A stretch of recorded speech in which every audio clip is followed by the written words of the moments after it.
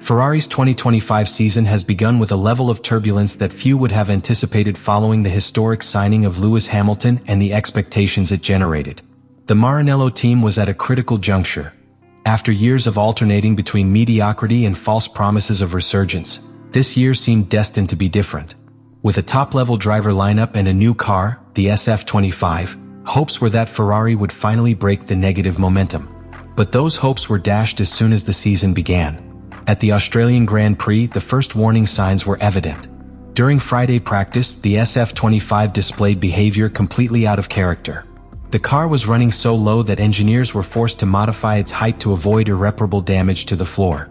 This intervention, although necessary, severely compromised the car's performance and resulted in a disappointing result for both drivers. 8th place for Leclerc and 10th for Hamilton. Beyond the result, what was worrying was the fact that Ferrari had lost control over something as basic as ride height, a parameter that top-level teams have absolutely mastered. The nightmare didn't end there. The Chinese Grand Prix arrived, and with it, one of the greatest humiliations the team has suffered in the modern era of Formula One. Both SF25s were disqualified after the race. Charles Leclerc was excluded for having a car under the minimum regulatory weight, and Lewis Hamilton for excessive wear on the floorboards. The most shocking aspect of this situation was not only the disqualification itself, but the fact that Ferrari offered no excuses, did not discuss the penalties or seek mitigation. They openly accepted the blame. And that acceptance revealed something much deeper, that the errors were not the result of a one-off situation or bad luck, but of a complete lack of control over the technical underpinnings of the car. These kinds of errors are unacceptable for a team that aspires to fight for championships. The car's height, minimum weight, floor wear, these are aspects that any elite team must have calibrated down to the last detail. Instead, Ferrari not only failed, but failed on both fronts at the same time. International criticism was swift. What was supposed to be a triumphant return for Hamilton with the prancing horse transformed into a narrative of frustration, internal doubts, and media exposure that shook the image of seriousness the team had been trying to rebuild since the post-Vettel era. But what makes the matter even more serious is that these are not isolated errors. What happened in China exposed that Ferrari was operating without a true understanding of its car's behavior under race conditions. And that is devastating. The lack of concrete data on how the SF25 performed on a full tank, especially with Hamilton, was a direct consequence of the technical problems during pre-season in Bahrain. In other words, the information that needed to be obtained and analyzed weeks in advance simply didn't exist, and the team went blind on decisions as crucial as race setups. This chain of negative events, coupled with external pressure and internal frustration, as seen in Fred Vasseur's increasingly tense statements, placed Ferrari in a critical situation. It was clear they couldn't continue improvising. They had to react not only to save their reputation, but to avoid a total breakdown in the relationship with their own drivers, especially with Hamilton, who joined the team expecting a solid, winning project. Thus, amid the ruins of the mistakes made, an opportunity for reconstruction was born. Maranello closed ranks. The simulator became the most important center of operations in the 2 weeks leading up to the Japanese GP. It wasn't just about finding a good setup. It was a mission to rediscover the technical foundations of the car, to return to the basics, to understand why the SF25 seemed competitive on short runs and completely unpredictable with a fuel load. It was about avoiding a repeat of a disaster that not only affects the points table, but also the overall credibility of a brand that represents tradition, pride, and history in Formula One. The embarrassment had been real, but now, with more than 20 configurations analyzed, it seemed that Ferrari's technical reconstruction had finally begun. And most excitingly, it could yield results as soon as Suzuka. The real headache for Ferrari this season hasn't just been the accumulation of technical errors that have led to disqualification or public humiliation. The deeper and more disconcerting problem is that the SF25 is, at its core, a bipolar car. A machine that, depending on the context, transforms from promising to unmanageable without warning. This duality, this shifting behavior, has been one of the biggest challenges for both the engineers and the drivers themselves, unable to fully trust how the car will respond from one session to the next. To understand this situation, we must go beyond the headlines and delve into the inner logic of the SF25's design and dynamics.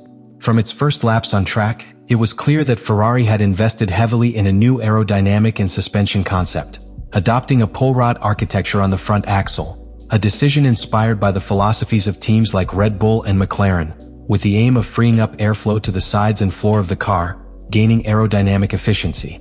But this technical approach, although promising in simulation, has generated unexpected consequences on the real track. The car's balance became extremely sensitive, especially in situations where downforce changes abruptly, such as with a full tank of fuel or during high-speed cornering. One of the most visible symptoms of this technical bipolarity is the completely opposite behavior the SF25 exhibits between qualifying and the race. With a low fuel load, the car is agile, responds well to the steering, and allows the drivers to squeeze the most out of each sector. In fact, it is in these conditions that Ferrari has achieved its best moments of the year. Just remember Hamilton's pole position and subsequent victory in the sprint race at the Chinese GP. The car, unladen and with a rear-biased balance, behaved with surprising stability, showing signs that it had real potential to compete head-to-head with the grid leaders. However, that illusion faded as soon as the main race began. With a full tank and more demanding longitudinal loads, the SF25 transformed into an unpredictable beast. Rear stability disappeared, balance changes were drastic, and the loss of grip became constant. For the drivers, it was like going from driving a precision car to fighting a savage machine.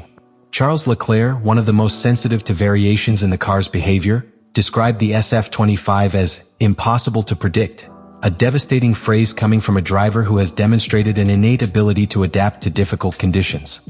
The car's inconsistency not only affected performance on the track but also undermined the drivers psychologically.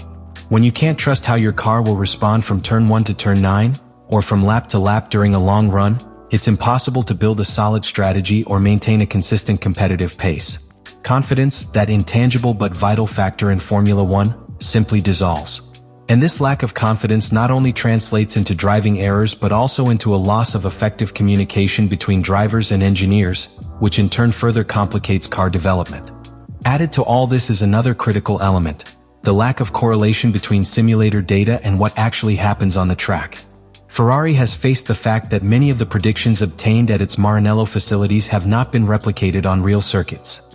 In other words, the behavior projected by virtual tools does not match the real world. This mismatch has led to a series of poor decisions regarding setup, height adjustments, and weight distribution, which have directly affected performance and in some cases, as with Hamilton in China, have led to regulatory penalties for excessive floor wear. As if that weren't enough, stability issues are also affecting tire performance, one of the most critical elements in the current era of F1. The SF25 fails to maintain a constant thermal window in the compounds during long runs. This means the tires degrade unevenly, causing abrupt drops in pace and increasing the risk of braking errors or loss of traction when exiting corners. A scenario that turns any attempt at an aggressive strategy into a game of roulette.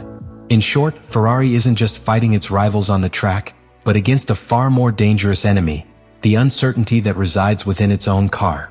And that's the essence of the SF25's problem. It can be brilliant for 20 laps, and completely disastrous for the next 20. Until that duality is resolved, any championship aspirations will be, at best, a fleeting dream. After weeks marked by disappointment, uncertainty, and relentless media pressure, Ferrari arrives at Suzuka with something it hasn't had since the season began: a clear direction. It's not a major aerodynamic evolution, nor a new package of parts that completely transforms the SF25. No, this time hope is in the details. In the Maranello team's ability to finally understand how to make their car perform, not only in ideal conditions, but in the real complexity of a Formula One race. And everything points to that understanding materializing in a specific suspension setup that could change everything.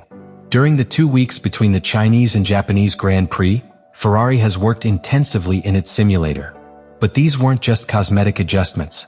The team tested up to 20 different setup combinations, painstakingly analyzing every parameter that affects the SF25's dynamics. This process was not only exhaustive but also deeply revealing. What they found was a direct correlation between the car's erratic behavior in the race and the interaction between the front and rear axles, a fundamental relationship in the handling of any single-seater, but one that in Ferrari's case had become critical due to the radical switch to a pull rod front suspension. What the team discovered was that many of the instability and excessive wear issues weren't necessarily related to aerodynamics or the car's overall design, but rather to how dynamic loads were transferred between the two axles during key phases of the race. Fast corners, heavy braking, high-speed changes of direction. In all these instances, the SF25 displayed unpredictable behavior. The root of the problem lay in the way the rear axle responded to input generated by the front, especially in situations where the car's balance was compromised by fuel load or tire wear. The solution proposed for Suzuka doesn't involve changing components, but rather redefining the entire setup approach. Rather than continuing to fight the car's natural behavior, Ferrari decided to work with it.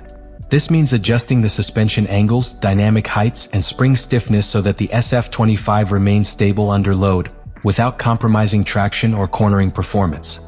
The key is to smooth out the weight transfer to prevent the car from entering that critical zone where the rear axle loses grip and causes the sudden oversteer that has so troubled Leclerc and Hamilton. Suzuka, with its technical and fluid layout, represents the perfect laboratory to test this new philosophy. Corners like 130R, Degner, or the famous S-curves demand a precise connection between both axles, a harmony that Ferrari has so far failed to achieve. But if the new setup works as it has in simulation, then we could see for the first time the SF25 behaving like a truly competitive car under full race conditions, and not just on isolated laps or short sprints. The most interesting thing about this approach is that it doesn't rely on a physical update. There are no new parts that could fail, nor risky aerodynamic innovations. Everything depends on the correct interpretation of the car's mechanical behavior. It's a matter of precision, of technical reading, and that's exactly what champion teams do. Understand their car down to the last detail and adapt it to the track, not the other way around. Furthermore, this solution comes at an ideal time. Suzuka is not only a demanding circuit, but also one where Ferrari has historically performed strongly when well prepared. If they manage to execute this new setup correctly, they could regain not only valuable points in the championship, but also something even more important: credibility. The driver's confidence in the project. Because if Hamilton feels he can finally push without fear of losing control, and if Leclerc regains the feeling that the car is reacting as expected, then Ferrari will have won much more than just a race. The question is no longer whether the SF25 is fast, because the signs of isolated speed have been there from the start. The real question was whether they could make it consistent. And if that consistency appears at Suzuka, then we won't just be witnessing a technical change. We'll be witnessing the rebirth of Ferrari in the heart of Asia. Because sometimes you don't need to reinvent the car. Sometimes what you need is to truly understand it. And for the first time in 2025, it seems Ferrari has done just that. Today we travel to the center of the technical and emotional labyrinth that has been Ferrari's 2025 season up to this point. From the disorganization in Australia to the double disqualification in China, the team has hit rock bottom in terms of management, execution, and results. But as is often the case in Formula One, moments of crisis also reveal who has the capacity to reinvent themselves.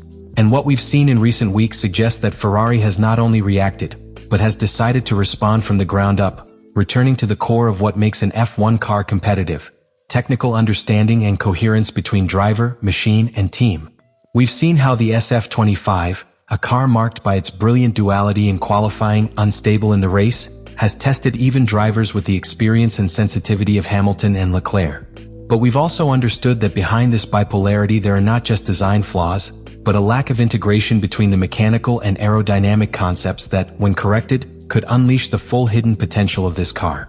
The work carried out in Maranello in recent weeks, with more than 20 combinations tested in the simulator, has not been a simple patch. It has been a conceptual restructuring that could mark a before and after. Suzuka presents itself as the ideal setting for this redemption. Not only because of the layout's characteristics, which demand absolute precision between the car's axles, but because this circuit symbolizes the purest technical demands of the calendar. There's no room for improvisation, no room for basic errors. If the new approach to suspension and dynamic balance works here, Ferrari will have proven it can reconnect with the standards of excellence its history demands. And it will do so not through promises, but through tangible results on the track. This could be the moment Hamilton begins to write his true legacy with Ferrari. The moment Leclerc regains confidence in a team that seemed to have failed him. And above all, the opportunity for the Maranello team to regain the place that has eluded it for more than a decade, that of a team respected, competitive, and feared by its rivals. Now I ask you directly, do you think this savior configuration will mark a new chapter for Ferrari, or will it be just another mirage in a season full of broken promises? Leave it in the comments, I want to read your opinion.